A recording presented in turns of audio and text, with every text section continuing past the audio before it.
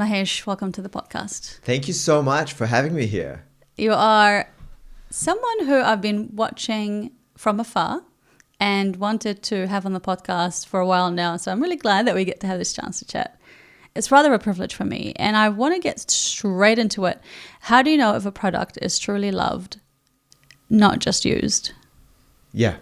Thanks for having me so much. Thanks for having me, Mina. How do you know whether a product is loved? It's actually quite simple. If it is starting to sell like hotcakes, if you are starting to feel a pull, I'll give you a good example, a really good local example. I don't know if you've heard of Mustache Cookies. Deanna, who's a friend of mine. You can see long queues outside her cookie shop. You can see many people comment on, hey, can we have more? Can we have more? The engagement and retention by her customer base is significant. But how do you know early on?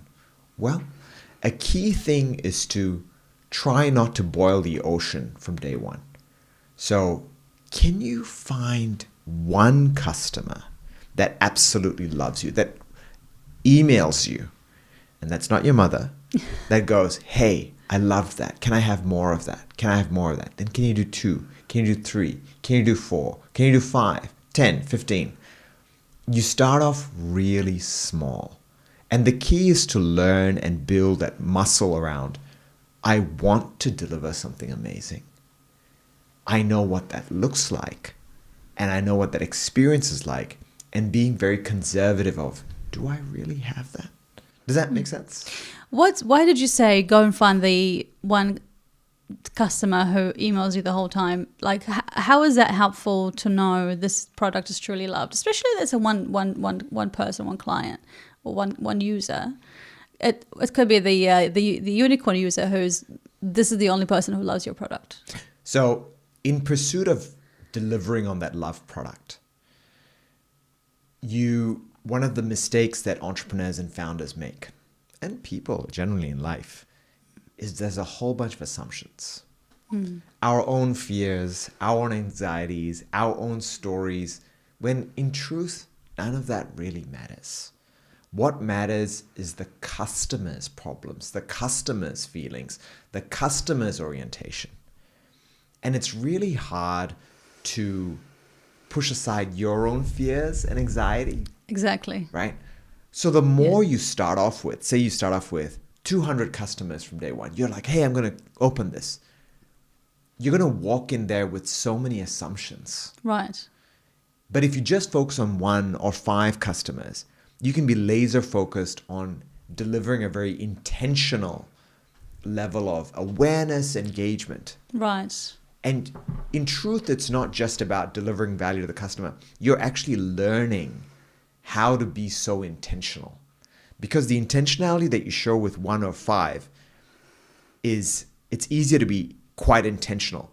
But it's that same level of intentionality that you need to deliver when you have 250 million users. But in truth, what you're doing as an entrepreneur and founder is you're learning that culture that I'm not going to compromise on this level of intentionality, right? So by scoping it down a lot, you start to build that machine and that internal behavior and culture. Are you saying that what really matters is you've literally go obsessed with 5 people, 5, 6, whatever people in your company? If you have a startup company, you want to be working on making sure those people are the happiest customers ever. And then it's like almost training your muscles, your customer service muscles to be able to scale to the 250 million. That's exactly right. You are learning how to set aside your own fear and anxieties. Okay. And you're learning how to go, your problems, your problems, your problems. Because not only do you have to learn that, you've got to scale that culture and that behavior through your company. Exactly. As it scales. Yeah. Right? And the behavior, the rituals, all of that, the non-compromise. And to be clear, if you want to build a global, powerful startup, this has to be US from day one. So it's nearly like to a US customer that you're delivering this. So yeah, it's that level of intentionality that is key. And the vast majority of entrepreneurs, including when I even had my own startup, fail at this, right? Because it's not a natural thing. It's not, it's a counterintuitive thing. Really? Yeah. What was your startup? So my startup was an HR platform. This was a year and a half before I joined Canva. This is 2011. The GFC had happened. I had done exceptionally well in the MBA exams to get a scholarship. Had hardly any money. Came out, realized that I needed to create value. So I started my own startup, bootstrapped, built a team, worked so incredibly hard for a year and a half, but didn't build anything useful. Built a product. And he would even hustle with 3-piece packet of Tim Tams and a sales proposal, leaving that outside the Uber office every day for a week, asking them, would you please try this? And then I got a call on the last day from the then country manager. They just launched in Sydney and said, who are you? What do you want? And I said, blah, blah, blah. Please try a platform. And he said, sure. Please don't come here again. Right? So was the Tim Tams as a way to just some reminder, right? Right. So I was a hustler. That's funny. And so I clearly definitely had the penance and the ethic, but nobody had told me back then how intentional I had to be about the customer and the problem, because you really have to understand their problems, because they don't tell you immediately. You really have to understand what their journey is and their issues are. It takes a lot of penance and servitude to really ask the right questions and understand. So what went missing for you in that first startup, the HR, that did not work? Because my next question would be, what is the fastest way a founder can test if they are problem focused, not solution focused? Yeah, great question. The biggest problem mistake that I made was I had prior to that, I was 31 when I started this journey. Prior to that, I had a significant, really successful career in HR and recruitment. So I thought I knew the industry, and I did. And I knew the problem, landscape, I knew all of that. But I didn't. So I had this vision of this is what will change the world, right? And you should have incredible ego for your vision, but you can't solve for your vision from day one. You have to earn the right to solve more and more problems step by step. So I didn't spend time with the customer. And my solution was a lot of recruitment occurs through referrals. So I created a referral marketplace where people could go online, and if they saw a job that their mate would be good at, they could refer their mate to the job and they would get a cut. That seems like a plausible idea. But in truth, the person, I thought about this many years later, who has the biggest problem there? It's not the person referring. They've got their life, their mortgage, their jobs, their issues. This is not a hair on fire problem for the referrer, right? Who has the hair on fire problem in that circumstance? It's the internal recruiter, right? There's pressure. They're getting yelled. They're getting told, hey, I need to find these people. Where are you going to find? So if I had built a tool that supercharges or superpowers an internal recruiter to accrue more referrals, that would have been an interesting. But I didn't have the patience to wait. Let me just understand who the customer is, who's the person willing to pay for this, and who has such a big problem they'll pay for this, and really understand the problem. Does that make sense? It does. It's interesting how you look back. I always love when people like yourself look back in their startups. How did you apply that learning to your next venture? Well, did you step into Canva after Yeah, that? I did. I was invited to join Canva, and many people ask me, first of all, I didn't let go of my startup. Okay. I chose Canva, okay. right? Like, it was a very intentional thing. And it sounds like you're an entrepreneur anyway. Yes, I am. Is it in your blood? I am. I have, it's funny, when I was, after the MBA, because I'd still been a corporate all my life. I remember during the MBA, there was one of my classmates did a presentation about entrepreneurs, right? And Such a fancy thing. Such a fancy thing. And I remember, who are these magical creatures? Am I one? Like, I had such an imposter syndrome as I started going. I was like, can I call myself an entrepreneur now? I don't know. Am I? Do I qualify? Yeah. Right. And I have so much respect and appreciation for every single entrepreneur. Those who haven't had a crack on their own, which are many, don't really appreciate what it is to be the man or the person or the woman in the arena, getting all of the challenges and plaudits, which is why I will always fight for Kiwi entrepreneurs. It's good. It's good that you fight for Kiwi entrepreneurs. We need people like you. Thank you. I appreciate that. Quick one. Mina here. Thank you for watching this episode. I appreciate you. Thank you for all your support.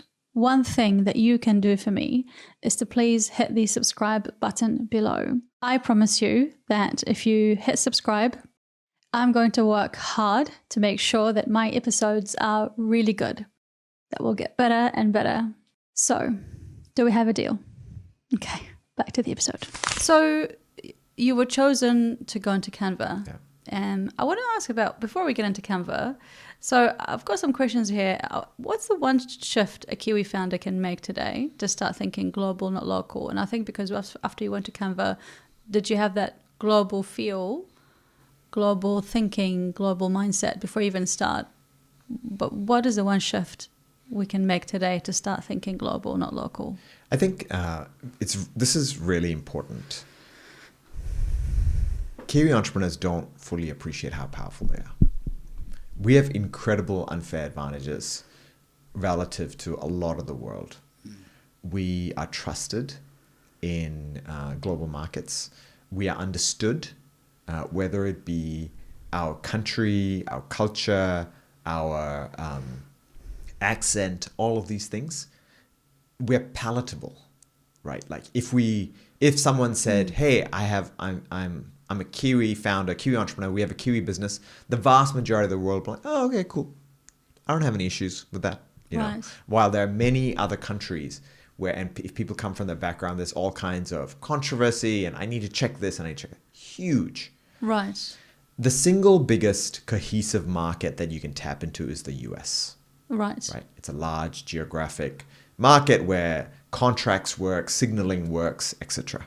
Right? What you see is what you get in the US. Yeah. For us to tap into the US market, it's the only other countries that can do so as well as us are Australia, United Kingdom. Right? So we're right up there in regards to doing that. So one, own that you're really powerful.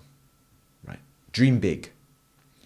Number two, be very clear about what kind of life you want to have in about 10 to 15 years.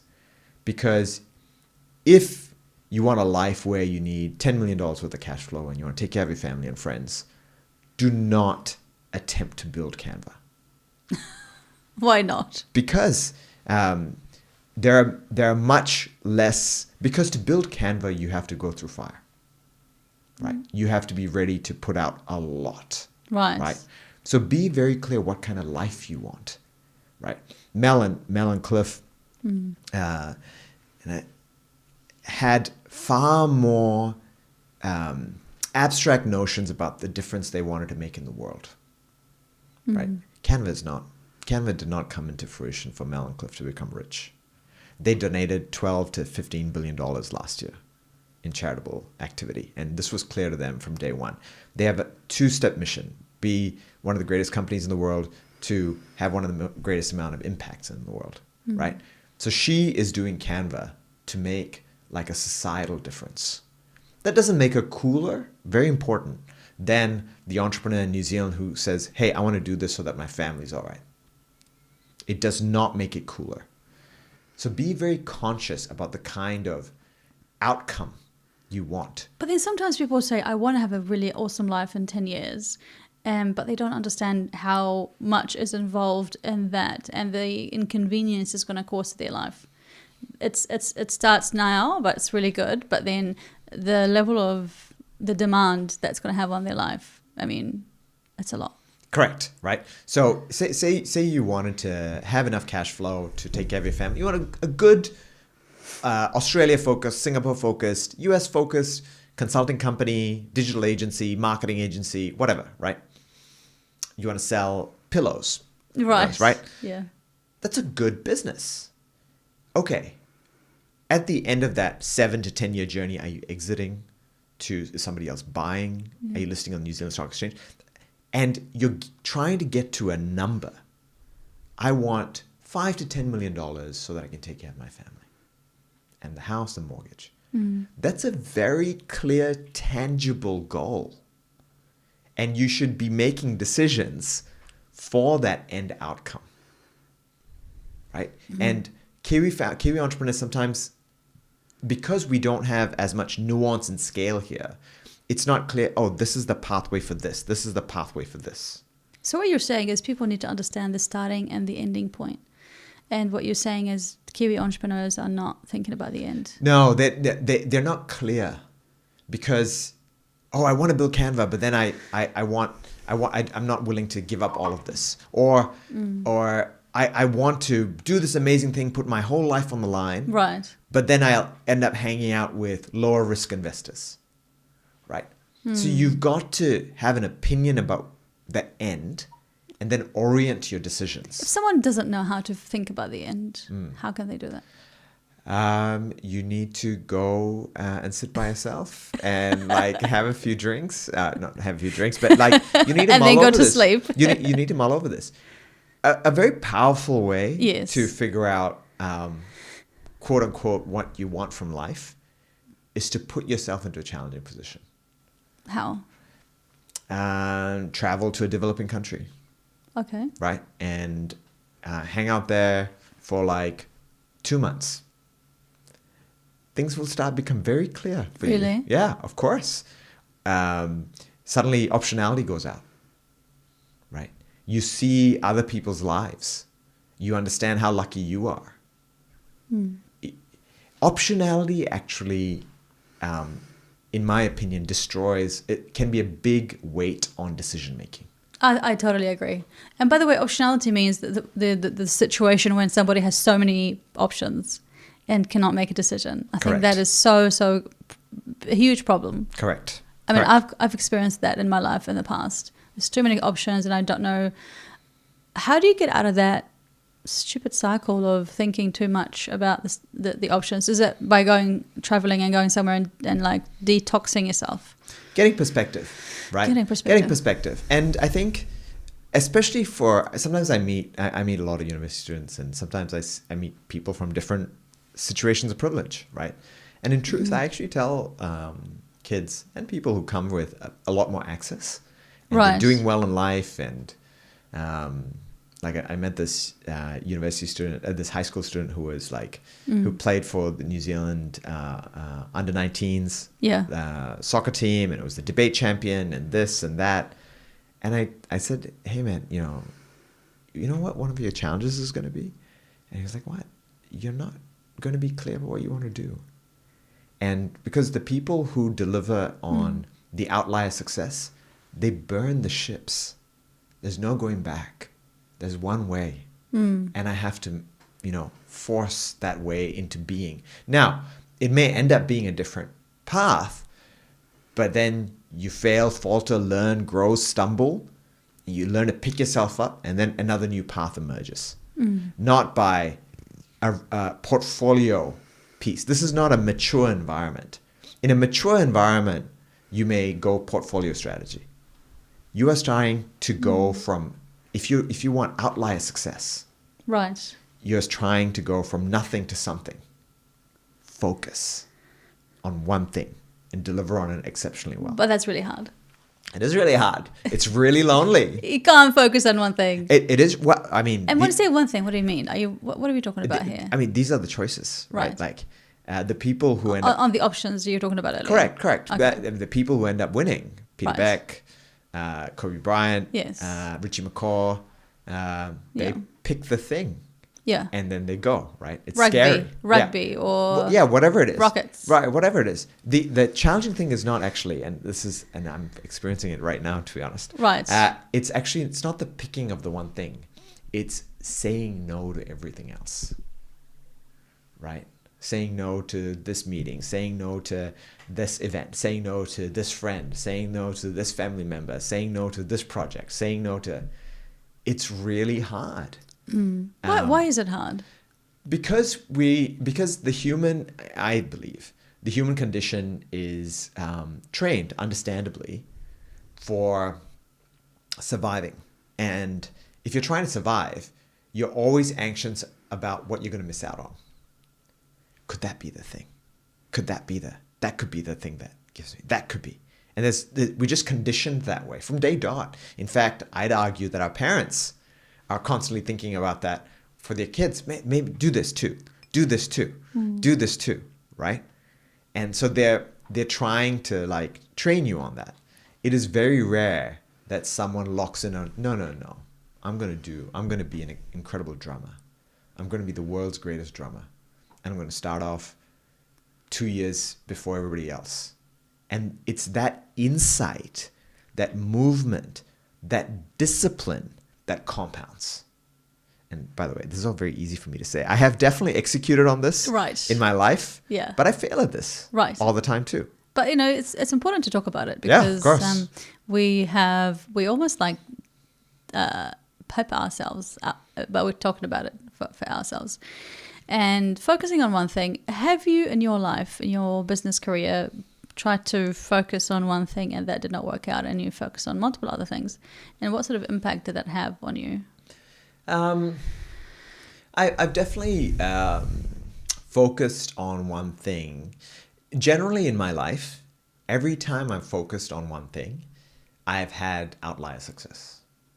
Right? Example? Canva is a good example, right? Like I put my head down and I was part of that early leadership team and we delivered. Now, Canva had a culture which if you didn't do that, things weren't probably going to work out, right? Mel and Cliff were incredibly focused and driven. So you had to be part of that culture. Phase one, when I came back home 5 years ago, I had this notion of nurturing a huge number of Kiwi startup founders. And people are only learning about that work and what we did and achieved now because I didn't connect to anyone. I didn't go on the marketing game. I didn't send newspaper articles. I just did the work. Right. I just focused on the founders and giving them quality, right? And it's that focus. And you have to trust that work comes through. I don't need the social validation, all of that, right? So it's trusting the work, which is very scary because you're like, but wait, that person's getting social validation over here. That person, shouldn't I be getting social validation, right? But you've got to trust. You've got to trust the customer, the problem, and the markets. Yeah. And if you do that, it tends to pay out. Well, when it comes to Canva, it's a unicorn, do you think? Right. Canva about 2 years ago was valued, 2 weeks ago, was valued at about 42 bill USD. It should be recognized or will be recognized as one of the world's most iconic companies. It's growing at such an hectic rate. And most of all, Mel and Cliff. Mel is an incredible founder and a wonderful person. And I trust her not to lose. Why did you leave Canva? Yeah, it was closing in on 3 years. I had done a lot of good and made sure that things were going really well. Airtasker was another Aussie company, and there was an opportunity for me to expand my scope, right, in regards to roles and responsibilities to help them grow. So then I made that decision at that point. Because what were you in charge of in Canva? At Canva, I was the head of people operations, so basically the chief people officer. So Canva. What does that mean day to day? So responsible for all recruitment globally, recruitment for all employee engagement globally, responsible for vibe, or how the office works and logistics work and all of that. Yeah. There was a definite skew towards recruitment because when you're growing at that pace, you need to make sure that you know how to bring on board the best right fit people and set them up for success. And also you learn how to make sure engineers, designers, product managers are set up for success. And you're going at such breakneck speed, right? Like you're because you just don't have enough people to solve all the problems the market's going, hey, I want more people. How do we set up for success? How do we deliver a high performance culture? Now, very important. I'm not a fan when I say job titles like head of people and culture. I don't like that, mainly because the head of culture is the founder, right? They are the person who drives the culture. It's their behavior, their intention, their rituals, right? The chief people officer is there to make that into reality. Right. So how do you think your contribution to Canva, like you were saying that you were part of Canva, the fabric of it, and I think your role was really key because you're able to bring the right people on board. And I think having the right people on board will skyrocket anything. If you have the wrong people, it's going to just have a disastrous ending. So I want to know, like, how much of your contribution do you think, how did you shape Canva? Yeah, your legacy. Yeah, thanks for that. I nobody's really asked me these questions, really? So I appreciate that. Okay. I wouldn't say I helped to shape Canva. I'd say, because that's by the founders, right? I helped to accelerate it. Right? And what was the key thing that I did? So very early on, Cliff and Mel recognized that, okay, we kind of know what we want to build, right? We kind of know the customer. We've kind of figured out the investor piece, right? How do we build a machine that brings on board the right fit people and sets up for success? And in me, they found someone who was not willing to compromise. So wherever I've worked, wherever I've been, I've always said, we are doing this to be the best in the world.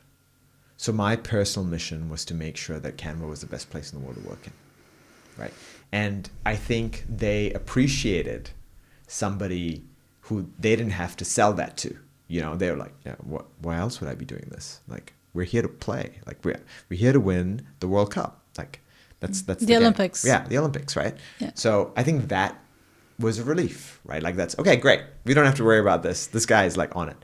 And outside of that, I was sophisticated about, I'd already built a product myself, right? And I understood commerce. So suddenly you had a person who understood engineering, design, product, commerce in general, who had been a founder themselves, as well as knew the talent markets, because I had a prior history, a prior career in recruitment.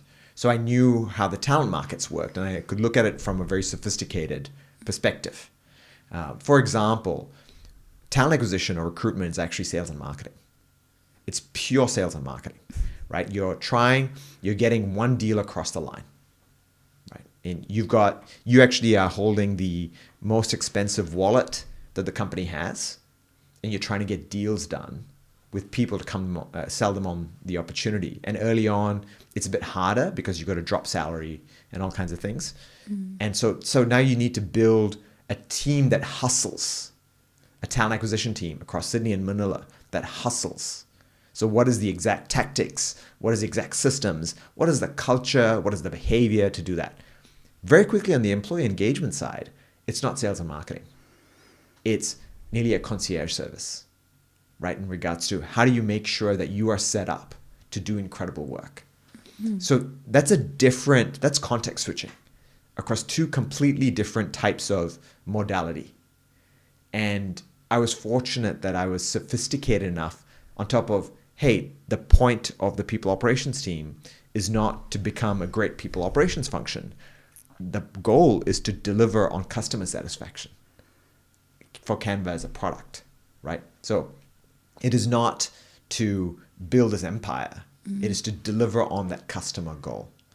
I think, and I was there only because Mel and Cliff pulled me in, because I had a counterpart on the finance side, Alexei Mitko, who was very similar to me, right? In the same orientation.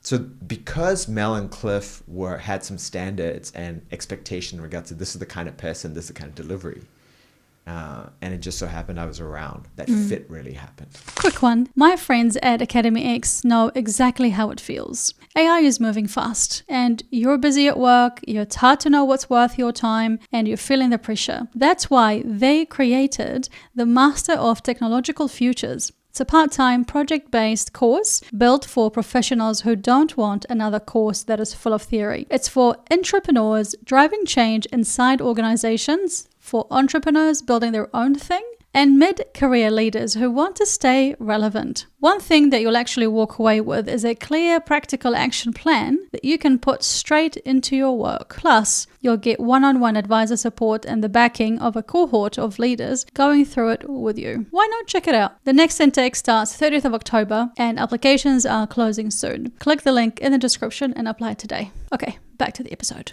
You said that you want to get to 6 Kiwi unicorns by 2026, meaning 6 companies that are going to be multi-billion dollar within New Zealand. Yeah. What is the first step founders need to take to get on that race? Right. So firstly, that's not going to happen. Oh my gosh. I started phase 1 in 2023, right? And I think 2026 was a bit too early. I can't remember if it was exactly 2026 that I said, but I do expect it by 2030, 2031 or so, right? Like from the phase 1 community, that will happen. What do you think? What do I think the first thing that if an entrepreneur wanted to achieve those kind of goals, they need to start with, they need to understand that it's a very long road ahead. They need to spend 18 months muddling around and fumbling around with a US customer persona. Please get into that. Yeah. I would love to understand what that means. Sure. Broadly, you can build a B2B product or a B2C product. A B2B product is a product focused on businesses. So Xero, safety culture, tracksuit, the halter, they solve problems for businesses. Right. Or you can build a product which solve problems for consumers, like Uber, Airbnb, etc. Now, 70% of global GDP is consumer, 30% of global GDP is business. This is a crazy hard thing to do, to build a B2C business, because consumers are irrational. They want to go to the gym, you put a chocolate bar in front of them, boom, done. A business, on the other hand, is a rational construct. It wants to make money, save money, and stay out of jail. Kind of one of those 3 things. Yeah, right? I like that. Yeah. And it's across HR, finance, recruitment. There's some small workflow, onboarding for hospitality workers in cafes all around the world. Right. Right. Simple problems. You successfully build a B2C business. You are going to build a business that is north of 80 bill. You build a B2B business, you're probably going to build a $2 to $10 billion business, right? Size and scale. B2C is crazy hard. Really? Yeah, it is, because you don't win for the longest period of time to understand what the consumer wants. Who is the consumer? What is the consumer? It takes you 2 to 3 years to really understand the human condition, the irrationality, all of that, right? Like a lot of university students come up to me and go, hey, I want to address loneliness. Okay. This is a incredibly complex problem. Yeah. Who, what, where, when, why, how, all of these things. But if you want to solve a problem for construction managers, project managers on construction sites, they need to make sure that the finances and the project is well enacted, and the commercials especially have to be well enacted for mining sites all around the world, because there's huge amounts of money at stake. There are multiple stakeholders, all of these things. That's a very rational problem. That's a hair on fire problem for them. So you've got to spend, so let's go to the B2B side. Go understand a US customer persona that has a hair on fire problem. And these aren't new problems. It's the same old problems. I need to hire great people. I need to make sure I'm making enough money. I need to, go find a niche and understand the problems better than anybody else. And there you can then build a powerful product. And this is the unicorn formula Correct. to going big. Yes. Yeah. And it's that year and a half of really understanding the customer. Because for that year and a half, maybe 2 years, you don't feel like you're winning.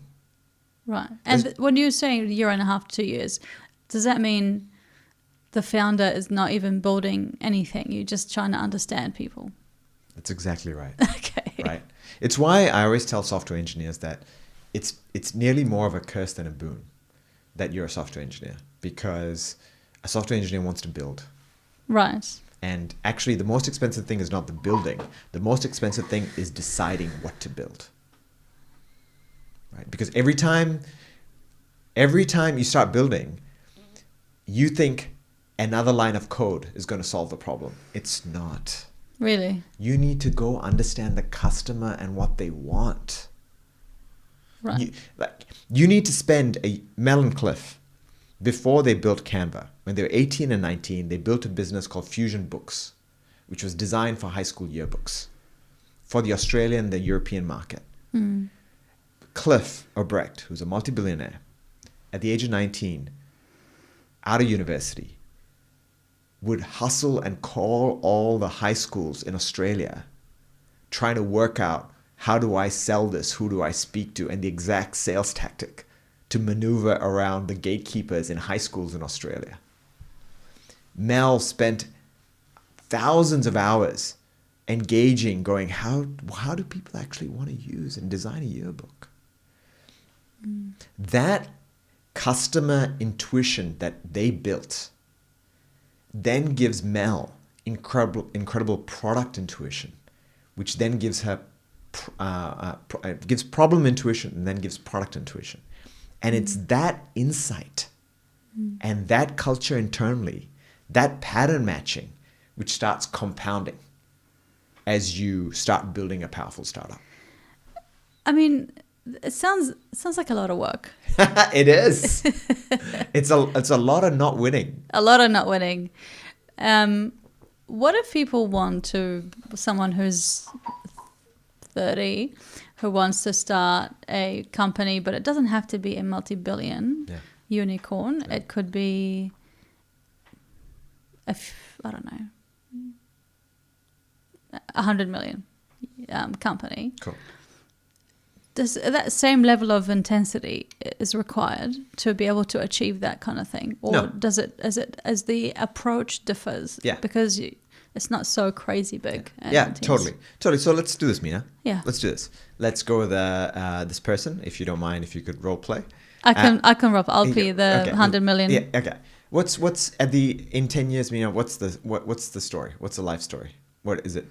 Like, 2 houses, a house, holidays, kids. What's happening? For me. For this character. Yeah. Let's say he would want to be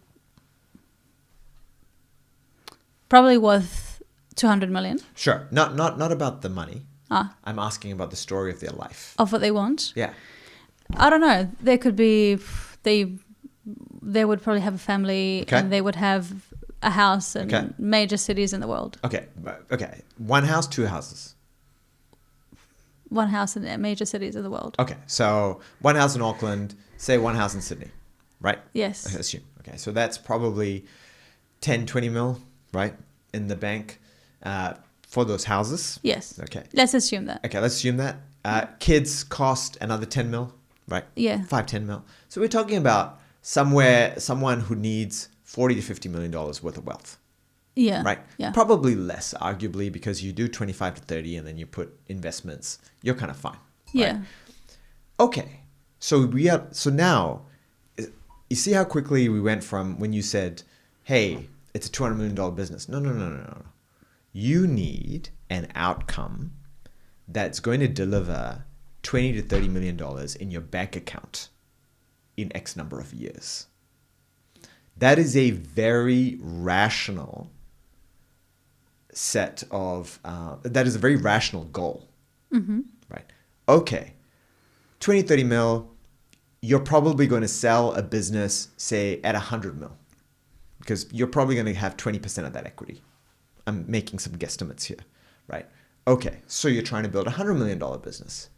Okay, in, I don't know, let's say 10 years, right? Okay, so then a business is going to be purchased for its revenue as well as growth rate, right? And it's going to be, if it's a services business, it's being purchased at about 2 multiple, right?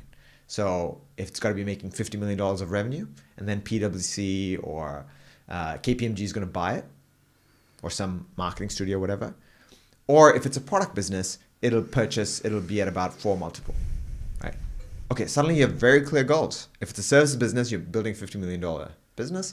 If it's a product business, you're building a $25 million revenue business, both with ample room to grow. Suddenly now you can think about, okay, what's the margins? What's the cost structure? And within about a day and a half, you have a fairly tangible roadmap here in regards to, okay, this is a very doable project. This is very different to the Canva story, right? Much more abstract, much more, don't know where we're going. We're going to go here, right? And it's going to be my life's mission.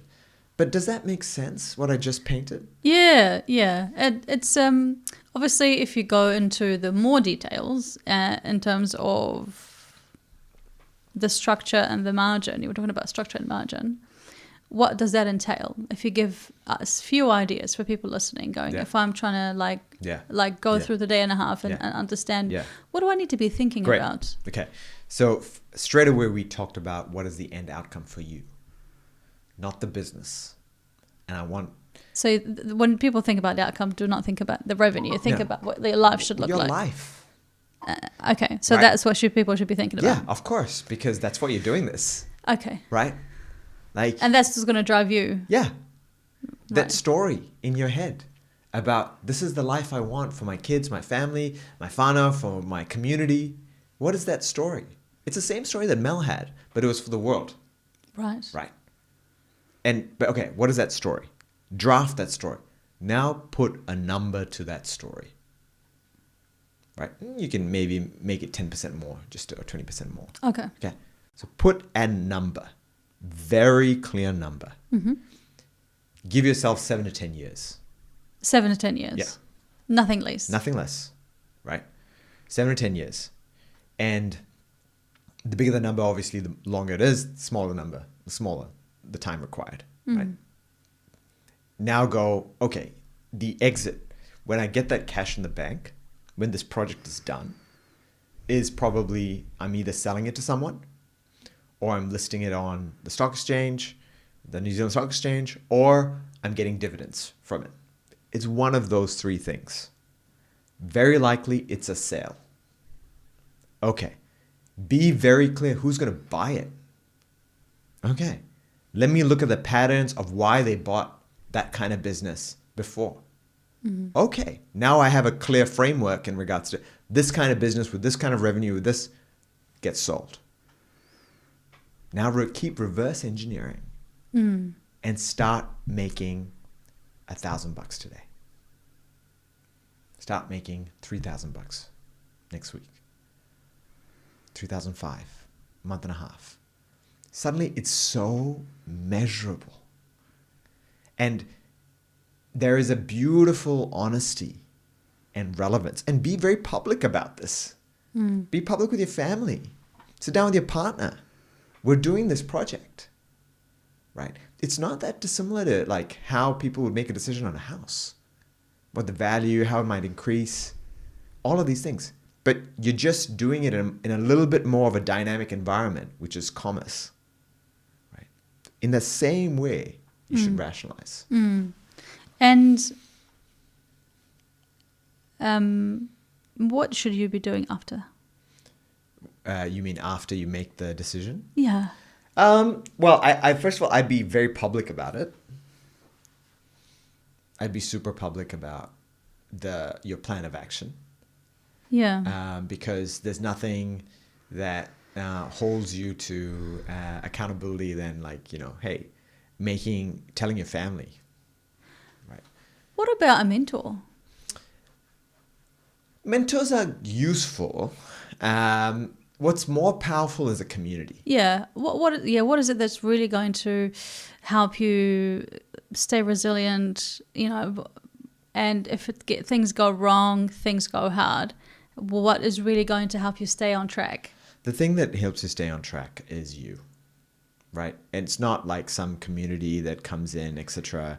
At the end of the day, it's about how badly you want that dream, right? And you've got to be honest about it. If people aren't following through, okay, you don't want it bad enough. That's okay. Mm-mm. You have that clarity. Go do something else. Yeah. Don't stress. Don't like be annoyed with yourself for not following. Clearly, you don't want this that bad. Yeah. Which is okay. Like, go do something else. There's no pressure, right? Having other like-minded individuals does make a big difference. So, because it's lonely, right? So find other entrepreneurs. And it's not about discussing, what's the next tactic or it's actually so that you aren't so lonely.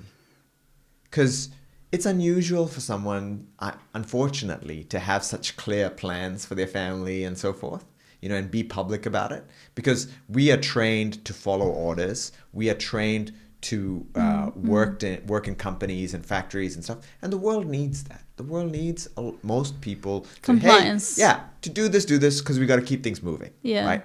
It's unusual for someone to step in and go, hey, let me take a hold of life and reorient life and the world so that it benefits this community. But that needs to happen too. So find those people, hang out with them, just so that you're a bit less lonely. Because it's unusual, it's abnormal, it's a weird life. Yeah, I mean, like my family definitely found it very confusing what I was doing. Right. So let's get into that. Let's get in the next 1 minute. No, look. My parents were. My dad had an extremely successful white collar job, and he worked in multinationals, and we didn't come from much, right? So, what would you want your son and daughter to do? Be safe, right? Just get to the next thing. We didn't come from much. My parents were educated. They understood that education gave them access to a social ladder. It got you to the next step. And you had good values. You behaved properly. Things were fine, right? But at the same time, there's this piece for them. This is tension for parents, right? But maybe my kids can do something more, right? This is real tension around be safe, do more, right? So I think I really bought into the do more thing. Yes. And so then I started taking experiments. I started doing things. I started like going, but why am I doing this? I started asking deeper questions that I have always. And if you do that and you keep going down that with a refusal of, hey, I'm just going to accept any silly answer, you get to the point of, okay, I'm going to go make something by myself. But we've never done that. Yeah. What is this journey?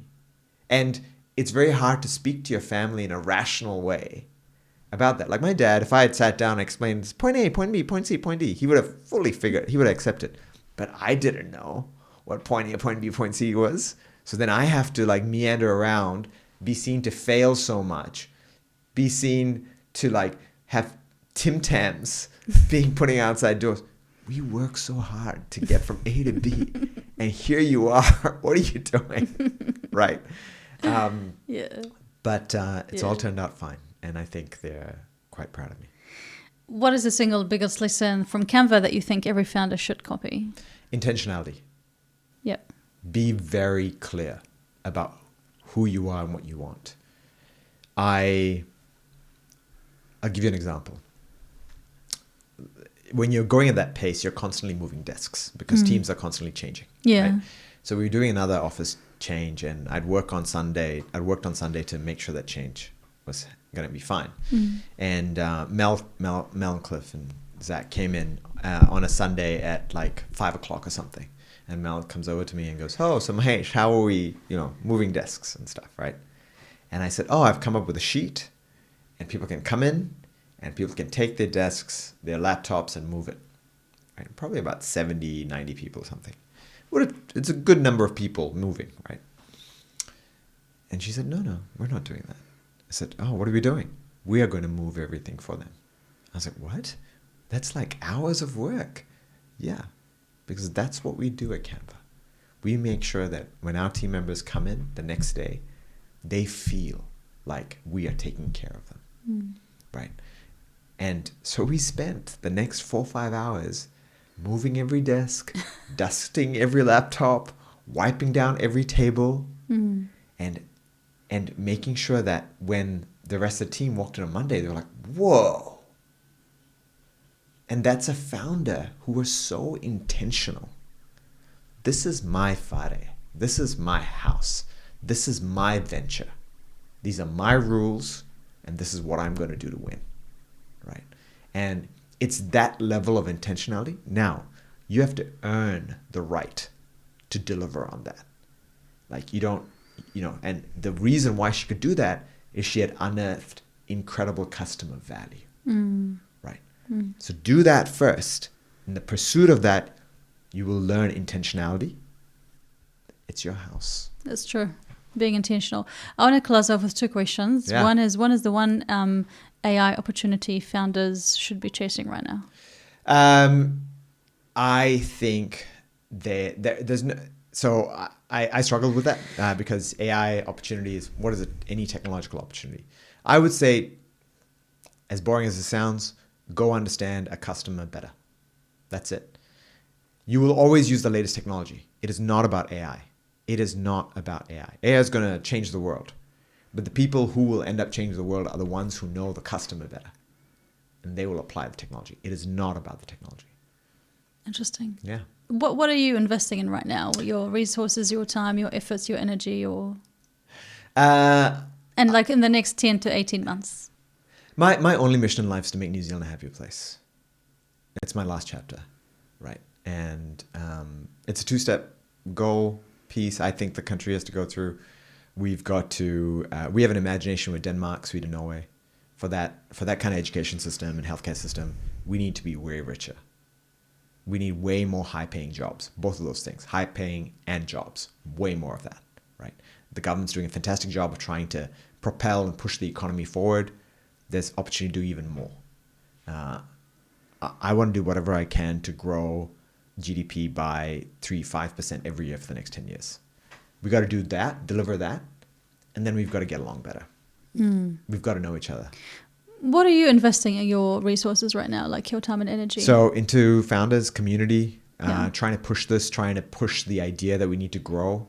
So with phase 1, that's a little bit more on a pause.